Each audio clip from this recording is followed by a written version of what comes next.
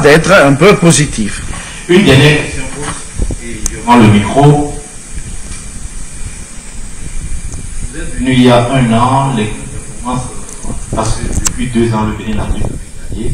Vous avez vu le Béninois, que je suppose vous êtes un médecin prêt à faire le diagnostic du football béninois. Si on vous demandait de nous dire quel traitement faut-il pour que le Bénin renoue véritablement avec les belles performances, qu'est-ce que vous avez dit? Merci.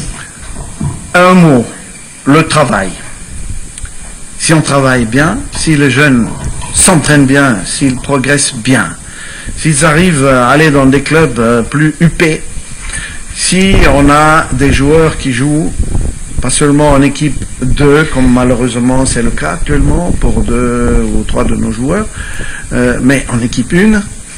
Mais parfois ils sont bloqués pour des raisons contractuelles. En fin de contrat, ils ne veulent pas prolonger. Le club les punit en les mettant en réserve. C'est parfois un peu compliqué, mais il n'y a aucun joueur sur cette liste, vous allez voir, qui n'a pas joué ces derniers temps. Ils ont tous joué, parfois en réserve. Donc ce qu'il faut faire, c'est de travailler, de continuer, y croire, dans un esprit collectif. Il faut de la combativité, il faut continuer à chercher des joueurs. C'est plus difficile pour le Bénin que pour le Nigeria, c'est évident, de trouver des joueurs qui sont au-dessus de ceux que nous avons. Mais on en a déjà trouvé, mais ils sont très jeunes. Donc un petit peu de patience pour leur permettre de progresser. Merci. Bonjour coach. Vous avez dit tout à l'heure, on craint qu'il n'y ait pas mal ici en juin, alors que les équipards du Bénin ont besoin de jouer à domicile pour être supportés par le 12e homme. Depuis 8 mois environ, il y a un courrier de la CAF qui exige des réagissements pour remettre le stade de l'amitié aux normes. Et 8 mois passés, on sent quand même que les dirigeants ne réagissent pas. Alors vous qui êtes en contact avec eux, comment expliquez-vous cette inaction des dirigeants? On apprend également dans les coulisses qu'on pourrait jouer en Côte d'Ivoire plutôt qu'à Lomé, qui serait à mon avis un meilleur choix vu la proximité, la culture et autres. Est-ce que vous pensez que les dirigeants ne vous rendent davantage la tâche difficile et compliquée pour la qualification? Quand on avait dit que l'objectif c'était Coupe du Monde, c'est parce qu'on savait qu'avec 0 point, après les premiers matchs, il serait très compliqué de se qualifier pour la CAN. On était réaliste. Donc, la prochaine compétition, c'était la Coupe du Monde. Mais, entre-temps, on sait que la prochaine CAN sera en 2025, en juin, normalement, au Maroc. Donc, ça vient avant. Donc, et c'est toujours la prochaine échéance qui est pour nous la plus importante, celle qu'on peut vraiment aborder. Donc, si on avait le stade au mois de septembre au moins, où vont commencer les éliminatoires de la CAN, parce qu'il faut 6 mois pour qu'une pelouse pousse. Donc, c'est impossible maintenant. Pourquoi? Pour venir vers votre question, qui est une bonne question, on savait depuis quelques mois déjà que le stade n'était pas homologué, mais il y a eu un changement de ministre. Quand il y a eu un changement de ministre des Sports, il y a une passation, il y a une transition, il y a un peu de temps qui est nécessaire pour le nouveau jeune ministre qui ne vient pas forcément du monde de football, de trouver ses marques et qu'on ne pouvait pas le mettre sous pression. Moi, j'ai demandé, je suis venu exprès le mois dernier pour dire il faut absolument qu'on puisse jouer nos 2 matchs au mois de juin à domicile. On a déjà fait 2 matchs à l'extérieur. Ça nous fait encore 2 matchs loin de nos bases. On est invaincu à domicile. Ça multiplie les forces. Croyez-vous que la Côte d'Ivoire aurait gagné la CAN si elle avait été ailleurs? Je ne pense pas. Donc, un 12e homme est indispensable, surtout pour une jeune équipe. Et pour une équipe qui cherche à gagner son premier match, comme vous dites. Donc, je ne peux que espérer et demander aux autorités de faire le mieux possible pour qu'on puisse jouer nos matchs. Je pense que c'est cuit pour le mois de juin, sauf ce que j'ai connu au Gabon, où Ali Bongo avait les moyens de faire venir une pelouse sous forme de rouleau d'Afrique du Sud avec 2 gros bateaux. En 4 jours, on avait une pelouse toute prête pour la Coupe d'Afrique des Nations 2012. Est-ce qu'on a les moyens? Ça m'étonnerait. Mais voilà, donc on doit patienter, on doit faire avec. Et évidemment, jouer des matchs contre le Nigeria, comme vous dites, au Côte d'Ivoire ou même au Togo, c'est désolant pour le public. On aurait voulu voir aussi même que j'ai découvert au Nigeria, qui est devenu maintenant un grand joueur. On aurait voulu le voir sur cette pelouse. C'est dramatique de ne pas pouvoir assister à ces matchs-là à Cotonou, et ça diminue nos chances de gagner le match aussi. Le Nigeria, il a joué 3 fois déjà là-bas, peut-être dans le stade où on va devoir jouer, et ils sont chez eux là-bas. Il y a beaucoup de Nigérians qui sont là-bas. Ils ont leurs habitudes, leur hôtel, d'entraînement, ils sont chez eux presque. Si c'est la Côte d'Ivoire, je ne sais pas.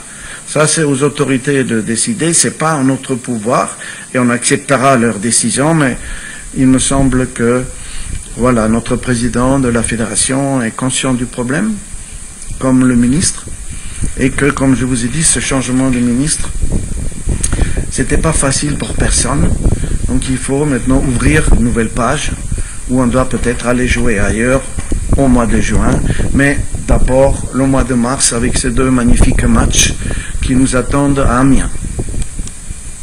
Monsieur le sélectionneur, bonjour. Bonjour. On vous connaît ne pas être un fan de la fine bouche, et je pense que d'après les indiscrétions, on aurait appris que vous avez eu 2 mois de pays. Est-ce que c'est vrai? Parce que la question paraît assez sérieuse pour l'évacuer, comme j'ai pu l'observer tout à l'heure. Merci d'informer l'opinion publique si vous êtes payé ou pas. Merci. J'ai déjà tout à l'heure eu la question et j'ai déjà répondu. Je ne peux que répéter ce que j'ai dit tout à l'heure, que parfois il faut avoir un peu de patience, qu'il y a des difficultés, il y a des... Quand vous changez de ministre, il y a aussi parfois des changements budgétaires, des choses comme ça. Et je le comprends.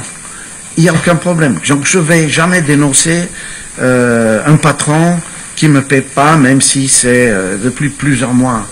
J'ai connu au Nigeria des périodes, pendant 6 mois, je n'ai pas été payé. C'était différent, parce que là-bas, c'est la fédération qui gère toute seule ces choses-là, parce qu'ils ont suffisamment de sponsors, pays de 200 millions de personnes, avec le pétrole, avec les assurances, avec tous les sponsors, les boissons, etc.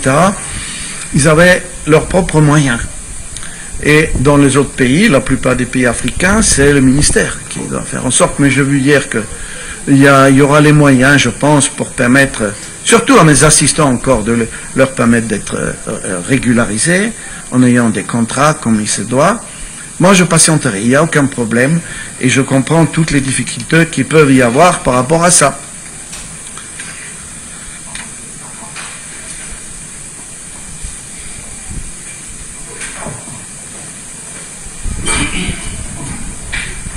Bonjour coach. Bonjour.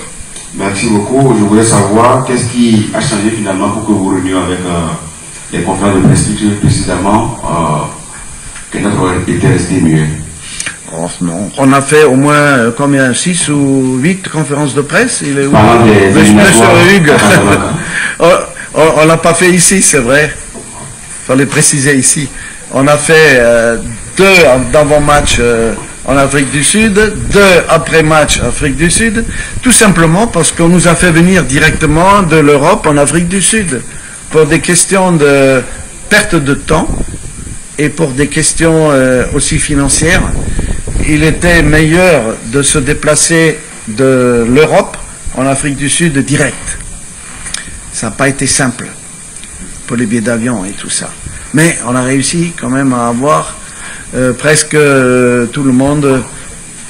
Parfois ça arrivait au dernier moment, avant veille de match, parce qu'il y avait des joueurs qui font 1m95, qui veulent se faire surclasser pour pas rester 12 heures dans un petit siège en payant eux-mêmes. On a des joueurs qui veulent payer eux-mêmes, mais les billets étaient fermés. C'était très difficile. On a dû se battre pour qu'ils puissent arriver après 12 heures de vol de nuit dans des conditions, voilà. Donc ils n'ont pas, voilà, ils n'ont pas hésité à mettre la main à la poche, les joueurs, pour être là, pour vous dire toute la vérité. Et pour revenir à votre question, donc on nous a obligés de venir directement. Donc venir ici uniquement pour vous voir, ça m'aurait fait plaisir. mais ça aurait fait encore plus de complications, plus de dépenses, etc. On doit faire un peu attention quand même, et je le comprends, aux dépenses, et que c'était pas possible. Voilà, donc on a fait les conférences de presse là-bas, on a fait avant-match, après-match, avant-match, après-match encore. Donc aujourd'hui on est là pour rattraper ce qu'on n'a pas fait, monsieur. On va doubler le temps de la conférence aujourd'hui.